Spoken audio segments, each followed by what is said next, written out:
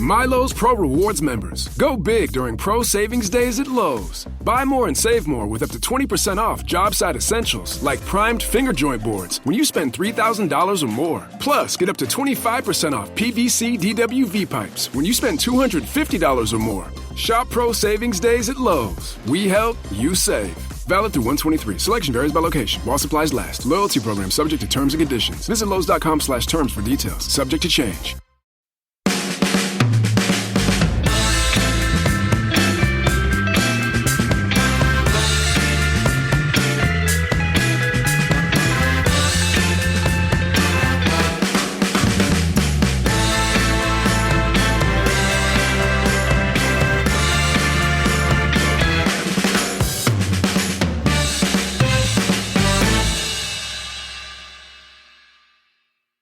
All right, I'm here with Tom. We're going to talk a little bit about the usual drama at Manchester United. How many crises are there? So latest with Antony, Jadon Sancho of Ten Hag spoke quite a lot in the Friday press conference, and Women's Super League about to kick off. Transfer window just closed. United very busy on the final day of the... It's like, what is it with United, Tom? Like trolley dash, 4 signings they made on the deadline day. It's just like every single time, men's, women's, under threes, whatever. It's like deadline day, we must make lots of signings. It does feel like there's no strategy in place, but surely that's not right. Well, it feels all over the place, doesn't it? Yeah. Well, maybe we should get to that first before we get into the moaning about Jadon Sancho and Antony. So they've signed, so they lost Alessia Russo and Onabache like early, so we knew that happened. They signed Geza, the Brazilian forward, Hinzawa Moata, I'm doing that wrong, aren't I? Hinata Mizawa, World Cup leading scorer, Japanese midfielder. Irene Guerrero, the Spanish midfielder. Write your own pun about warrior midfielder in there. Emma Watson, the young Welsh player, and Gabby George from Everton, the defender. So really busy in sort of revamping the squad ahead of the Women's Champions League and the Super League that starts this weekend. Yeah, and we got PSG, haven't we, in the qualifier, which is very tough. I mean, as tough as it could have got. Yeah, women's Champions League qualifying is very different to the men's, isn't it? Where you can actually get actual danger. I mean, that used to be the case in the Champions League. Well, it's like old school European Cup, isn't it? Yeah, exactly. Yeah. And Arsenal went out the other day, didn't they, to Paris FC? And I guess we needed to have a revamp, seeing as we lost like 2 of our best players in the summer, and there are some exciting signings as well. The Brazilian girl obviously scored in midweek against Liverpool in the friendly. Looks like a real talent, and like for all Russo's qualities, like she doesn't actually score that much or score many goals. No, she doesn't. And like in the World Cup, she was, I think, one of England's weaker players as well. So I don't think there's too much replacing there. I think if we can kind of build a better team around the forward positions, I think we could.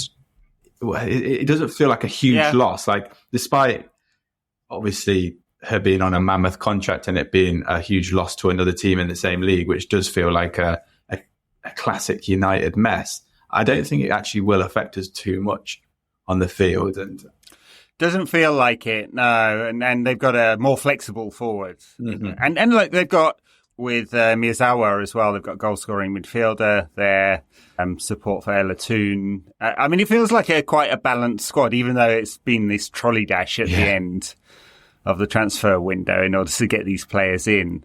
But it does feel like quite an exciting squad. Maybe they could have done with one more forward. Yeah. It feels like, because, what happens if...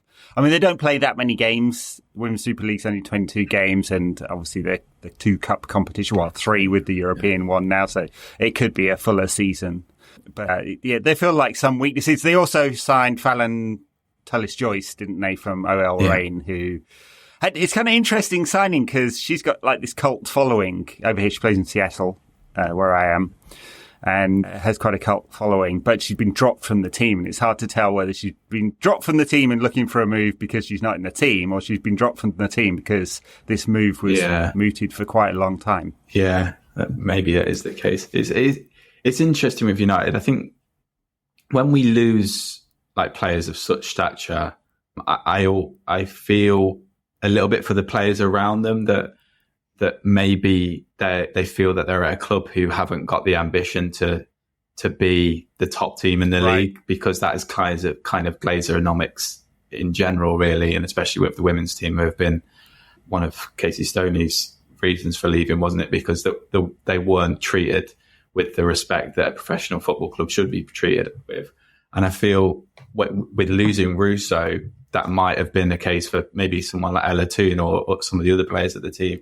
But I feel like because of some of the moves that we've made this summer, it does feel like hopefully it gives a little bit of optimism and encouragement to some of the other players around the team that this is a serious venture, and we can be up there again challenging for the league title like we were last year.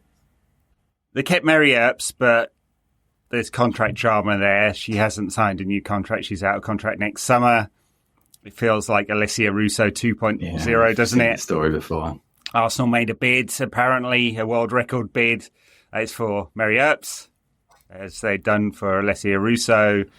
I mean, it would be a big loss, and we'll find out whether Fallon Tullis-Joyce coming in as her replacement, or just to bolster the goalkeeping unit, because Sophie Bagley went to Brighton. And we'll see with Arsenal have a few goalkeepers, don't they? Chelsea got 5 of them or something. It's ridiculous, stocking up on keepers. They brought in Hannah Hampton, didn't they?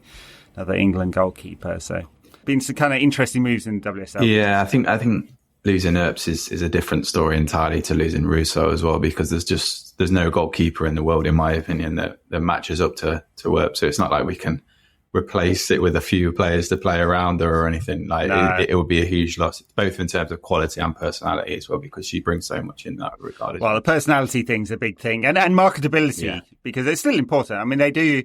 United probably over-index on the marketing the Lionesses thing, because there are lots of other players in the team apart from those guys. But it does resonate with the public, the wider public, and there's obviously a need to grow the sport in terms of audience. I mean, that will happen, I think, a little bit with the new TV contract. Much more TV, much more WSL going to be shown this season. I think much more accessible to people. Obviously, England did so well in the World Cup. Mary Earps having one of the moments of the World Cup, saving a penalty, and then just a magnificent foul-mouthed reaction to it. That was the moment of the World Cup. Best meme ever. Ah, yes, great. And it speaks to personality thing, as you're saying. So, it would be a huge loss. It looks like that'll probably happen unless United are able to sort of pull out a contract offer in time. But nothing at this club seems to move quickly. No. Except finding out players are wrong uns. That moves quickly. But everything else is slow. And then, as I said, a trolley dash at the end. There is a women's football director, as well as Murta on the men's side. Yeah, we supposedly have a more professional way of doing things, but it still doesn't feel like that. The hands of Joel Glazer on this, you can smell it, can't you? He's on this all the time. Just throughout the football club, there's just so much disorganisation and messiness. We've not. It doesn't feel like we speak about the takeover that much anymore, but it just feels like, man, it would be so joyous when that happens, that everything can just have a revitalisation throughout every facet of the football club in so many different areas. Because we're surely going to get onto some deep and dark and joyful topics later in this show, which again have got Joel Glazer's handprints all over them. Yeah. Well, let's move on from the WSL then. Be looking forward to their game this weekend, and then I guess talk Jadon Sancho, because that's the story of the moment, isn't it? This is the huge story of football at the moment. Oh my god!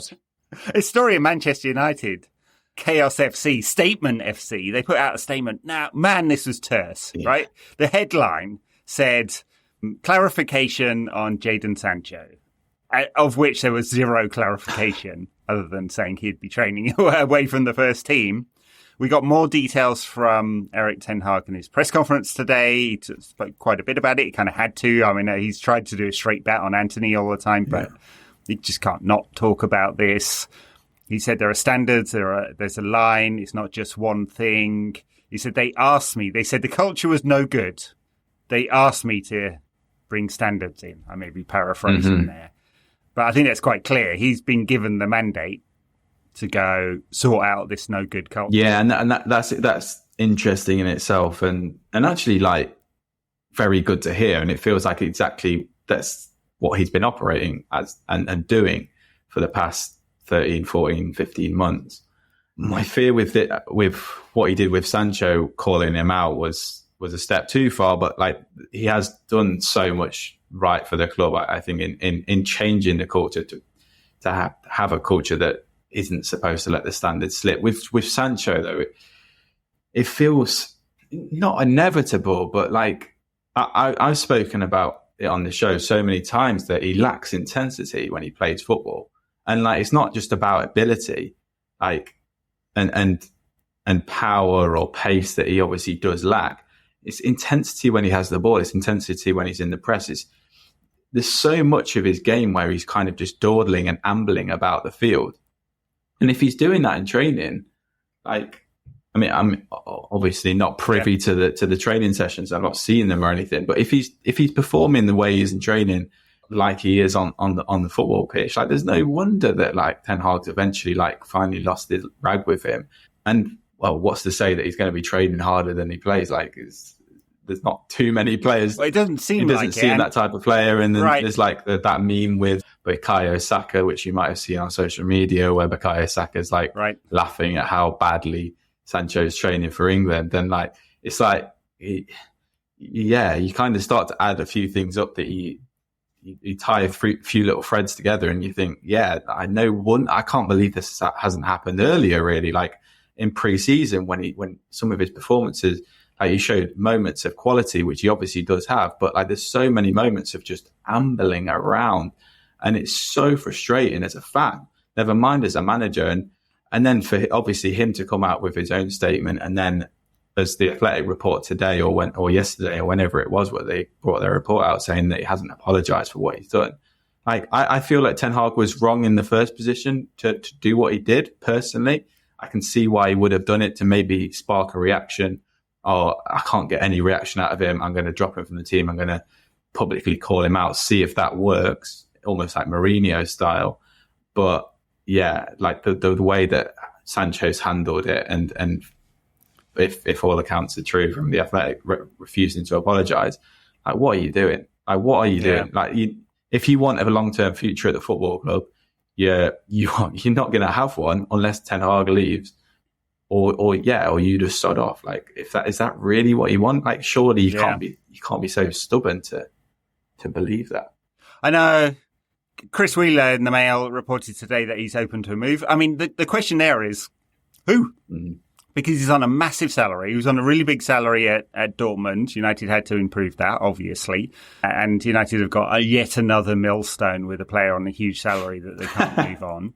Maybe we'll have a chat about Harry Maguire in a little bit. And so, like, where? I mean, it's almost like both parties... what is it? Is this the prisoner's dilemma, right? It's who tells on the other person first, right? Like, and they're both like, they've got a circular firing squad going instead, where they're just ruining it for each other, and there's no way out. And who's going to buy him? I don't feel too. If you're showing this attitude, and also lack of intensity, lack of performances, like, obviously you'll get a move. But if you want to go to a top club, which you're clearly capable of playing at, like, you can't behave like this and expect to just walk into a top 6, top 10 club. Yeah. Well, for United to cover the FFP cost, it'd be about 45 to 50 million. So they need a really big fee on top of the mega wages. And that is a huge investment for a non-Champions League club, right? There was talk about Tottenham in the summer. It'd be a really big investment for them just because of the whole package. And so everyone will be looking at this and going, quite a big risk there with Sancho. Because it's not just Ten Hag. Like, he wasn't I mean, perhaps it was under Rangnick he got more games than anyone else, right? He didn't really start well under Ole, was in and out of the team, and Southgate can't stand him. Exactly. I think that's I know, like, there's a lot to pick apart of Gareth Southgate and, like, some of his comments recently and the way he keeps picking Maguire. But the way that he's basically ousted Sancho from the squad, I think speaks volumes as well. Like, like I said, there's patterns here. There's a lot of people thinking the same way, and there's surely a reason for that. Yeah. Now, where I did have sympathy with Sancho was around like what kind of mental health challenges he's got. I mean, he took the 2 months off last season, or he was sent away for 2 months to go and train. Ten Hag said it was both about mental and physical fitness. I look back on what he said. I mean, he did not say mental health, and no one at the club did either. And so they walked a fine line there, I think, between like talking about someone's medical history and stuff that's quite personal and feels invasive to make public versus like if you look, listen to coaches all the time, they talk about mentality. Our mentality wasn't right. And that's different from mental health. And I'm sort of kind of sympathetic with Eric as well, because he's not an English speaker. His English is okay, but it's not perfect. He does say some slightly odd things. You're not quite sure what he means there. And I think it's really hard to draw some kind of concrete conclusions. It appears, I'm just reading between the lines, that Sancho took that personally, and his camp have clearly leaked that out.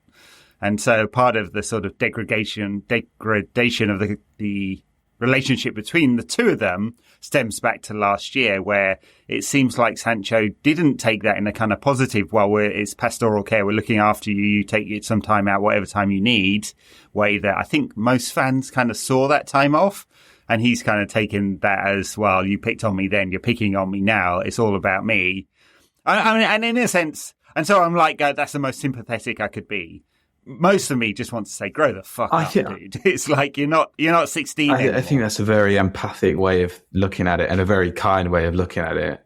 But when I kind of cast my mind back to that time, like it was almost like the best thing that could have happened to Sancho. Like the way that the crowd got behind him in the first few games, singing his name that they'd never sang before, really.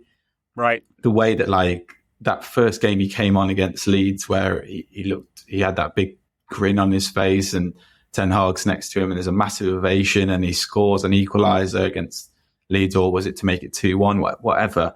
Like that felt like the reinvigoration of him, and maybe obviously we're not privy to exactly what happened at that time and what was going through his mind, and maybe he felt a bit perturbed by it, or he felt a bit patronised by the whole thing, or whatever was going on. But it just looks from afar that was actually a great moment. That could have been the moment where he'd had 12, 15 months of trouble at United, and now this is the chance where he's had a time to regrow and hit the ground running with the fans behind him and the manager behind him and all the players behind him. I remember them all running over to him when he scored and stuff. That felt like the turning point for him. But actually looking back on it now, he's saying that was the worst thing that could have happened. I don't know if he's just using that as an excuse or actually that was like a real bad point for him. But we can't go back and say, oh, before that moment he was playing so good and it all changed on that moment. Like it's been the same before as it was afterwards. Like in terms of just pure football ability, and the way that he's dealt with this whole situation is just, not good, obviously. Yeah.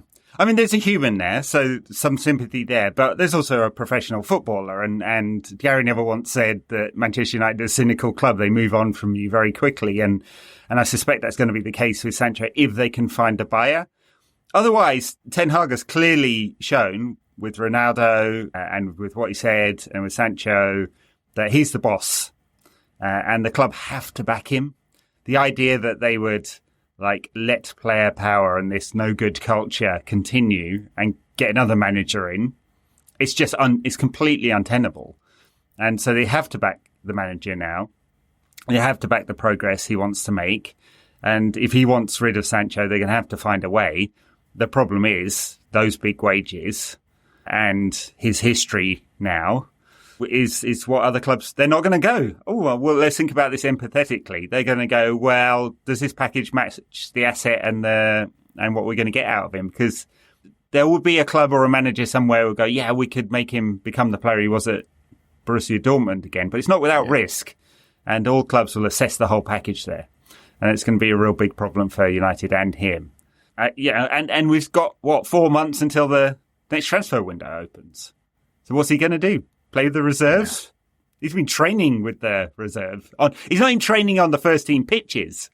He's fully with the reserves group, I think.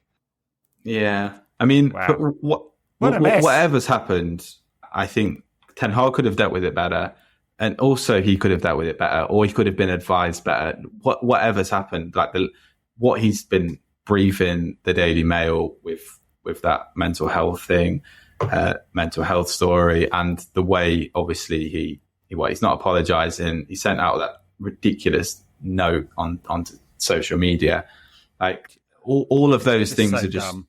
Stupid, dumb. And if he is going through issues, or he has gone through problems, and he has been, it feels like he's had his nose put out of joint, and that's all fair enough. But there is blame on his side as well for how he's dealt with it, and also his performances as well. Like this is what it all stems back from: is his performances and his lack of intensity on the football pitch that we've all seen ourselves, and in training, apparently, according to Ten Hag. So, I mean, there's been briefing as well from United, hasn't there? That the players have kind of got sick of him, and they're not on his side and stuff as well.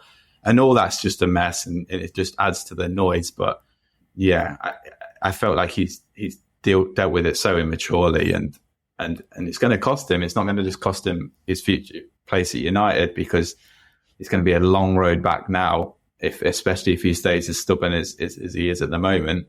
And also to find a top club, because you look at even someone like Aston Villa, he's not going to get into Aston Villa's team. The way that Aston Villa's attackers press, and their intensity that Emery's team plays with, he's not going to get into Brighton's team. Where will he go? And obviously Brighton wouldn't spend that type of money. And you're thinking Everton. No, exactly. And few would. Oh God! No, he's gonna be sent back on loan to Dortmund in January, where they're going to hope he finds some kind of peace and place in the team and form and fitness and all of that, and show some of the quality that will attract another top club. There you go. That's what I think will happen. And Dortmund will pay 50% of his wages and no transfer fee and no loan fee or something like that. And United will bear the brunt of this cost. And I think I've said before, the way United conduct their transfer business means there's a triple whammy of there's the fee, there's the wages, and then there's the inability to get them off the books, or the fact they have to take low fees because of the high wages. FBref put out a table last 10 years, right? So United are 6th in the last 10 years of the Premier League on points. 6th. Wow. We might not have averaged 6th position, but total points, 6th. Right? That is and we've been 1 or 2 over those seasons in wages paid, and £1 billion of transfer fees. Right? And that points to total mediocrity from top to bottom of this club.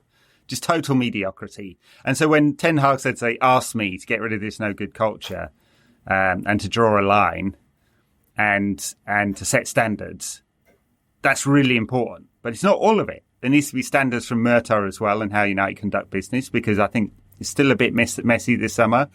Scrabbling around on the last day for loans on the men's side, or the trolley dash on the women's side, and the fees paid in some cases. They really have to work, these players, like Højlund. His wages aren't huge apparently, but it's really got to work. So and then we come to the ownership, and it all stems from there, and we're going to have them now for another couple of years by the looks of it. They're going to wait to see if the global economy picks up and the interest rates particularly go down, and see if there's more interest from private equity groups in a couple of years' time, or whether the Qataris or some other state decide to up the bid because they think they can squeeze more money out of this. And I guess related to that is the announcement that Qualcomm will be the new front of shirt sponsor from next year. It will be an increase on TeamViewer, but actually around about the Chevrolet level. So it'd be one of the biggest in the world. Although for United's reach, I'm not actually sure it's that impressive. It feels big, 60 million a year, but United's reach is bigger than anyone's, so it should be big.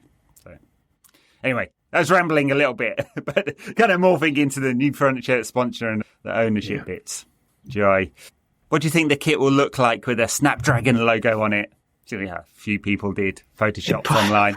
It's all right. It's not the worst. It's probably better than they'll pass to. I mean, the Chevrolet, like nothing could ever really be worse than that mess. And TV is a bit bland, isn't it, for a bland product? So at least, Snapdragon. It's also got a nice name to it. It feels a bit like Game of Thronesy, or like it feels like actually it would be like one of those energy drinks. I think there used to be a Dragon energy drink, which was like half like Monster and then half alcohol. I remember having it at uni. It was dangerous stuff. I could taste it. Mess you up. It did really mess you up, and it tasted like just juice, like really, really sweet juice, which was lovely when you're like 18, 19, when you can't be bothered, or you don't have the taste for actual anything alcohol. But oh my God, the hangovers and the anxiety the next day. Do not miss those days. There was a thing here which ended up getting banned called Four Loko a few years back, and it got banned in America. 12% alcohol plus plus energy drinks. I mean, you really have to do a lot to get banned. Yeah. What did it do? Have a gun inside it? No, that wouldn't get you banned. That's fine. It's Four Loko. Yeah, look it up. It's good stuff. That'll properly fuck you up. Anyway, the drinks that you have over there are just like, we're really like going off on one here. But the drinks that they have in America, like the caffeine and the sugar inside it, like it's crazy. Good stuff. So it gets the kids going in the morning. I suppose, yeah. Qualcomm's a chip company, fabulous chip company to be correct. So they don't actually make their own chips, it's outsourced, but they do the reference designs, and then the chip goes into smartphones predominantly, but other stuff. And Snapdragon's their sort of Intel Inside-like brand for their high-end chips that go in your smartphone. So if you've got a Samsung phone, you've probably got a Snapdragon inside it. Exciting stuff, yeah. And it's a B2B company, so they sell their chips to phone OEMs, phone manufacturers. So this is like a big move into. They've been doing other sports sponsorship. Obviously, Snapdragon Stadium in San Diego, United played at. They are a partner already. They sponsored United's tour of the US. So obviously, they've been doing more consumer marketing to kind of build the brand up. But this is, I think, probably their largest sports marketing deal. Which is anyway exciting stuff. Yeah, and I mean, I guess like no NFT or one of those businesses could ever. They don't have the resource to actually sponsor United, but I mean, I'm kind of glad it's a sign of something very boring, like chips, rather than boring and real. Yeah. Whereas like any other Forest recently have had some dodgy company sponsor them, and then Everton have obviously just had this takeover bid from some very aloof and Vulture Capital Group. Get your truly Vulture 777. I mean, just read some of this. Amazing stuff. Yosimar. I mean, I read that Yosimar. Just preying on district. Yeah. Philip Leclerc's piece. Yeah, it goes drugs, cartels, gun running. It's great stuff. I mean, I suppose Everton are going from a sanctioned Russian oligarch who's a bit too close to Putin, who bought their provisional naming rights for the new stadium. Well, the option for naming, not actually the name, the option for naming rights for £30 million to help them get through FFP, which could still cost them a lot because there's obviously a Premier League FFP inquiry into Everton at the moment. And some of the clubs that went down, particularly Leeds, have made quite a lot of noise about Everton because it almost certainly they breached FFP. They got around it by claiming more costs due to COVID than any other club on the planet. Everton, really? Yeah. Anyway, yes, horrible new owners, allegedly, etc., and so on. But we don't have horrible new owners. We've got the same old horrible owners that we've had for 20 years, nearly. Yeah, leeches. God. Antony, no real update on Antony. He's in Brazil, hasn't come back. I guess we didn't talk about it too much. I mean, there were all those new, fresh allegations. It was brutal read that was in a newspaper in Brazil. and he's there trying to sort it out. There's an investigation in Brazil. Apparently, some of the details were sent to Greater Manchester Police. I'm not sure what they could do about it, unless they're going to interview one of the 3 alleged victims, which might be hard since they're all in Brazil. Another giant mess that... I mean, do United do due diligence on these players? £100 million or whatever it was, euros. Do they do the due diligence? Are they like, are you a wrong 'un or not? Any history here? Well, yeah, clearly not. I mean, I'm sure there's like very easy jokes to be making about just his due diligence as a football player as well, seeing as what we've seen from the last 13 months has not shown us to be too excited about his actual ability on the pitch. But yeah, it's another complete mess at the football club, which I bet they just can't believe like how this thing can happen, where you try and you eventually, I was going to say you get rid of Greenwood, but we haven't even done that. He's still at the football club, and that mess is still going to come back to us when the Getafe loan finishes, and if he starts playing well as well. Like, oh my God, the conversations that are going to be had there, and then as soon as that kind of door is slightly slightly closed, and we've got this Antony deal. It's just as grim as it gets, isn't it? It really is. Like, there's not Look not at many, United's most expensive ever signings. There's not many like things that are worse than this either, is there? There's not many like that. No, like, as far as like crimes go, like it's just about as grim as it gets.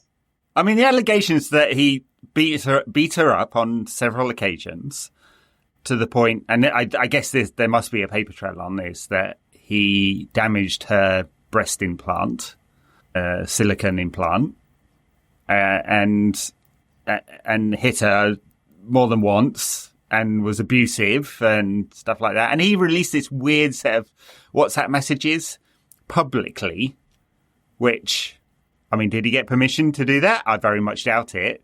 And he didn't really, I mean, what was it supposed to do? Prove his innocence? It was just this random, like, series of conversations about them meeting in a hotel room, and she was going to lie there naked for him. Was this to say, oh, well, I can't have hit her because she liked me? I think that's probably what he was trying to release that for. But, we know that's not how abusive relationships work. I mean, we spoke about, like, Sancho's stupidity earlier and immaturity, but, I mean, this obviously takes it to a new level. And it's a sense of entitlement that so many of these footballers have as well, I think, which obviously leads to certain situations like this where they feel that, I mean, it's not just a new thing as well. Like, footballers have throughout generations have had similar types of allegations thrown against them, and in a bygone era in the 70s and 80s, they used to be able to get away with it and used to get a slap on the back, a slap around the head from the manager, and told to, oh, don't do that again. You're kind of bringing the club into disrepute, but you'll obviously be back in the team in 4 or 5 games, kind of a thing. Whereas obviously now that the punishment is a lot more correct and a lot stronger. But yeah, the entitlement that these people have, and I guess they just feel like they can do anything and get away with anything, because they are professional footballers, because they are kind of the most sought after people and most loved people, I guess, in the world, especially if you're playing for Man United or even back when you were playing for Ajax as well. Like, you must feel like egoically as invulnerable, almost like godlike, because you are kind of posed as above the normal man. Like, the normal man is also screaming your name, is desperate to see you, to touch you, to have a photo taken with you. Like, it is going to create some type of weird, like, an ego trip, but also like this weird kind of feeling what you are above everything else. And if you haven't got the right type of help, and you haven't got the right type of advisors around you, you haven't got a football club which creates a culture around you where it helps you to remain level-headed and on an even keel, and stops you from being this just huge ego, which United have had many. We've had so many of these ego types at United. Obviously not, well, I say we've not had people who've been sexually abusing people, but we have in Mason Greenwood, and now we've got Antony. Well, yeah. But and then Ronaldo before that. Exactly, yeah. So like there is obviously a problem with footballers in general, because we've seen so much of it, and there's obviously this new story about Real Madrid C players, 3 of them getting into similar types of allegations. Obviously Benjamin Mendy, loads of different stories. Ched Evans, David Goodwillie, they're just names that come to my mind. So there's a football culture problem. There's obviously a societal problem, but there's also a Man United problem, and there's a culture that needs to be changed at this football club, and it doesn't change from the response that we gave to Mason Greenwood, and obviously the statements that came out after that. Like the football club need to look at themselves, and like you say, due diligence when we sign a player, but also creating a culture which is creating footballers and people that are more, level-headed. Yeah, exactly. Rounded, more human. Well, if you look at the comparison statements between that put out about Mason Greenwood and that put out about Jadon Sancho, there's more sympathy towards the alleged loads more. There was so much empathy and sympathy in that statement. So much. Yes, you can boil it down to no dickheads and do the right thing. And United have a lot of dickheads and they never do the right thing. Like almost never. And that comes from the top. And I guess it's glib and easy to just kind of blame the owners for this, but their hands are on this all of the time. You cannot tell me that Joel Glazer wasn't involved in discussions around Mason Greenwood and Antony.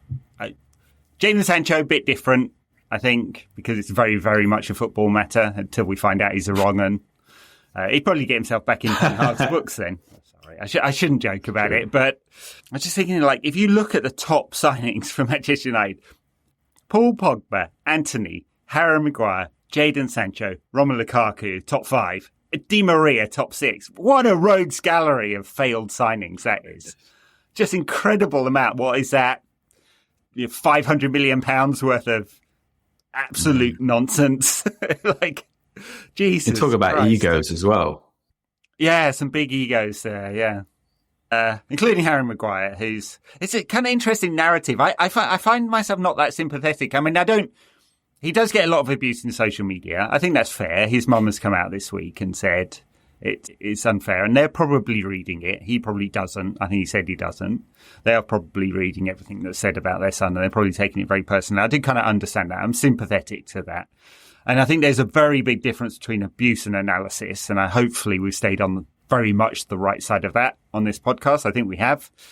I once joked, he got booed in an England game recently. I said, it's obviously wrong to boo Harry Maguire. They should be throwing rotten fruit at him. And that was obviously deeply sarcastic. But I have a whole bunch of people like clipping that and sending it to me going, you hypocrite. I'm like, come on, guys. I need a sarcasm button for the thickos on Twitter to kind of get it when you make a joke like that. Anyway, I actually think at United fans have stayed on the right side. There have been some pockets of jeers, but I think generally speaking, he got a pretty warm reception. I think if he plays this weekend, which he might do, depending on fitness, he'll get a great reception because United supporters historically have been very supportive of players under the cosh.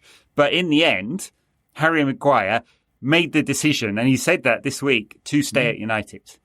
He could have gone to West Ham. They didn't come up with a deal. The fee was agreed. It was all about wages. And so he has chosen to be a bit part player at Manchester United rather than a full-time player at West Ham because of money. And you can talk about his character and ego and all of that kind of stuff, but none of that really came into it. He could have gone, and he decided not to. And it's fair play to him. He signed a contract. United owe him that money. But that's what his decision was. It is difficult. I mean, football in general is sometimes... I feel sometimes it's difficult to be sympathetic and empathic towards someone who plays for my football team when they've just been so bad. It's been so bad. Like there's no redeeming moments I can even remember. Like there was a short period of time where he was okay, and that's about it.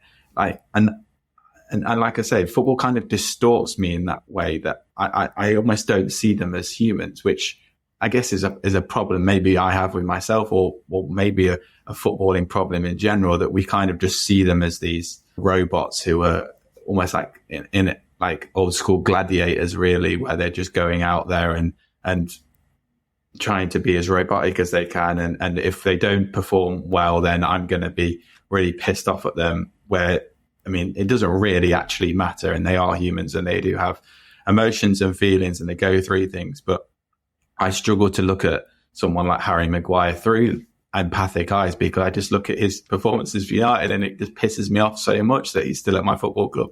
He's still taking a massive wage.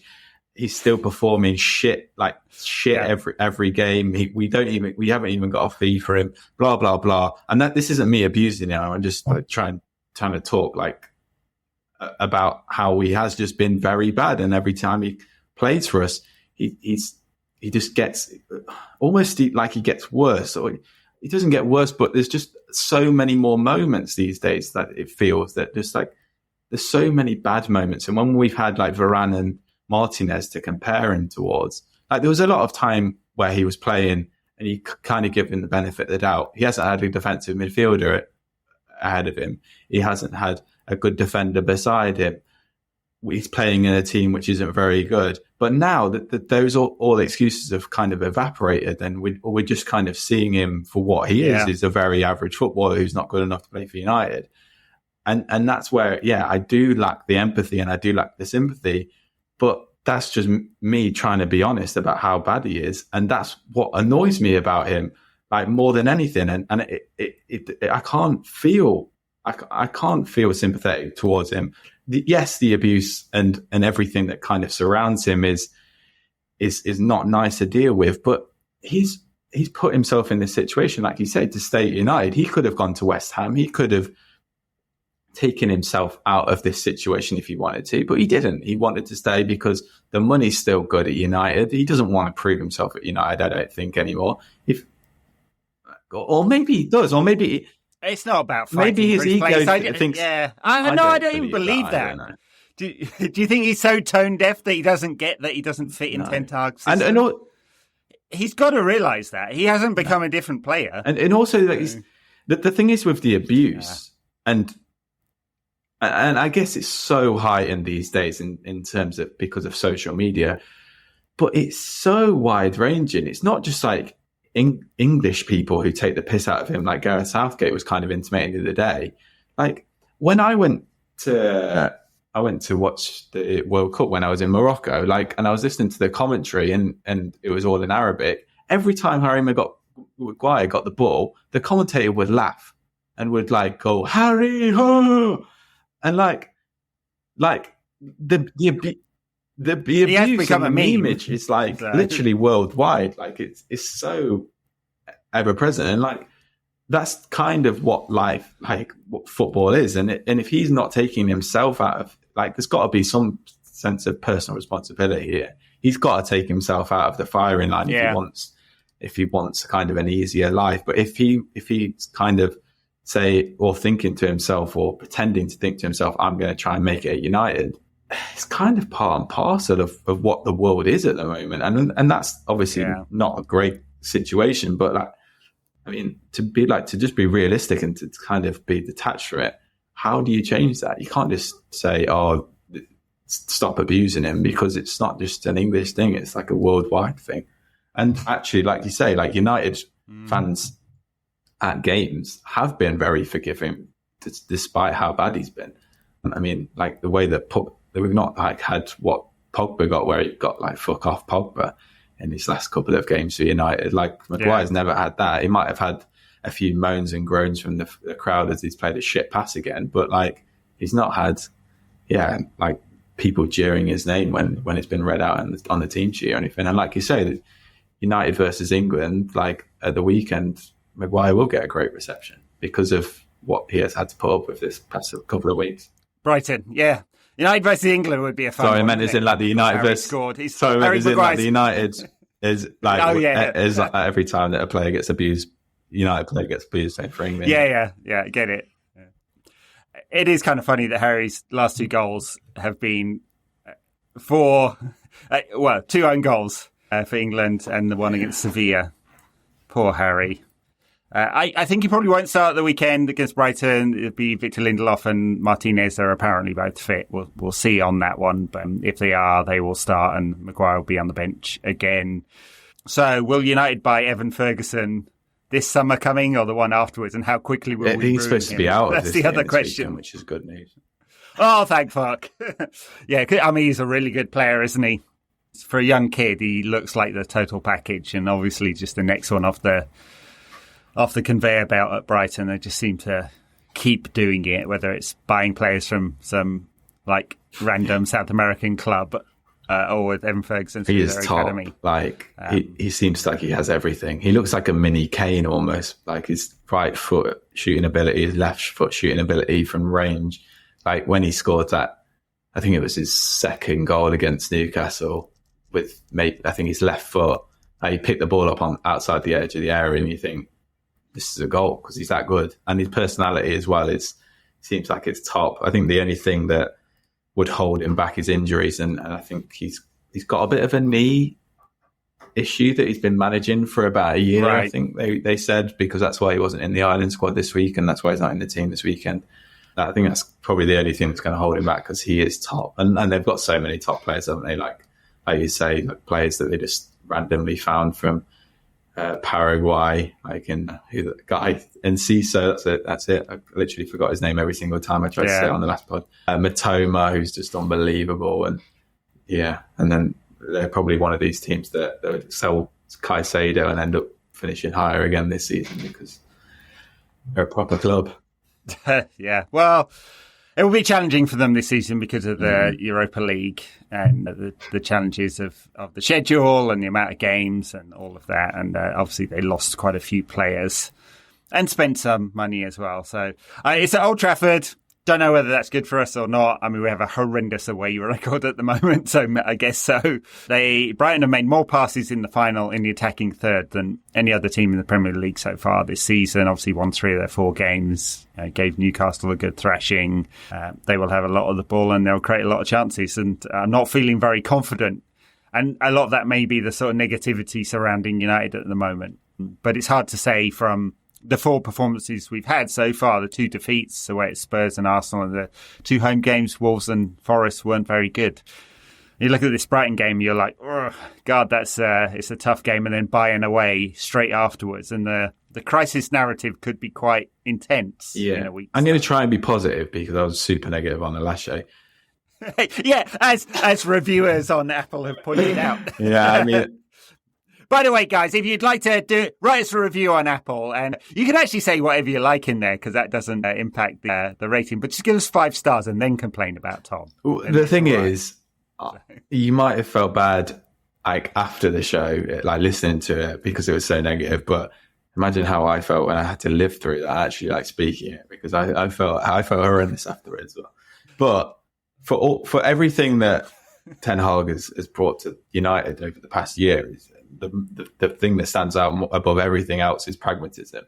And if United are going to get anything from this game, and United are going to win this game, United are going to have to be pragmatic. And against Brighton at Old Trafford, like it's probably not the game where the fans would want us to cede possession. Like I guess historically, what United are as a football club and what Brighton are as a football club, it would be almost sacrilege in years gone by to go to Old Trafford and just cede possession and let Brighton have the ball. But it works. Like we saw what happened to Brighton against West Ham when West Ham just sat in, moised it from. It was like classic Moyes in so many respects. And if United do the similar type of thing, frustrate them, it's the way to play against Brighton. I thought this season actually they'd get fouled out a lot more, and I'm surprised that they started so well because I thought teams would do what they like West Ham did against them: sit deep, counter, be the best. Right, sit a little bit back, and exactly. Then and United was supposed to be the best transition team in world football, which Ten Hag was going to make us. Like this is the perfect game to do that. Just sit back and then hurt them on the break, because they do defend ridiculously high. They don't have the quickest defenders in the world. Lewis Dunk is great on the ball and he's improved so much, but he's not a great defender. He's not very fast. Like, we can get at them in that way if we can sit deep. And obviously there are problems with, we haven't got a right winger, but Pellistri, you'd imagine in a game like this, because he's so direct, would be good on that right hand side. Højlund's obviously really fast. Yeah. Like ridiculously fast for such a big lad at Haaland-esque.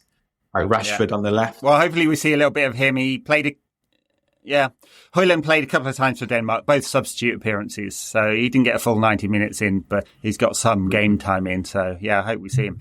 Anyway, I've got to run. Sorry, folks, but we covered a lot in 50 minutes there. God, I'm not feeling super confident, but I don't want to be a downer. And I think you're right. Pragmatic approach is probably what Ten Hag will go for. Play him on the break, some speedy players up front. I haven't got any choice. That's all we've got left. That is the way to hurt Brighton. So if we can defend well with the few defenders we have actually fit and play on the break, then there's an 100%. Opportunity there. So, all right, folks, thanks a lot. Do leave us a review. Complain about Tom if you like. Dave. He doesn't mind, honest.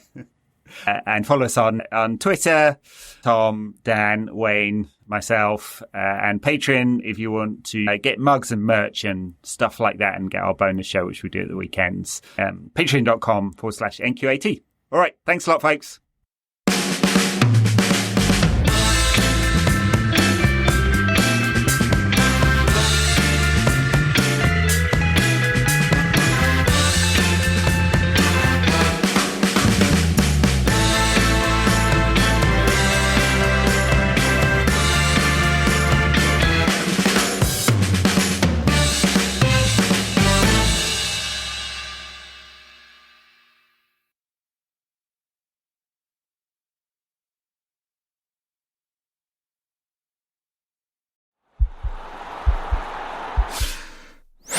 This podcast is part of the Sports Social Podcast Network.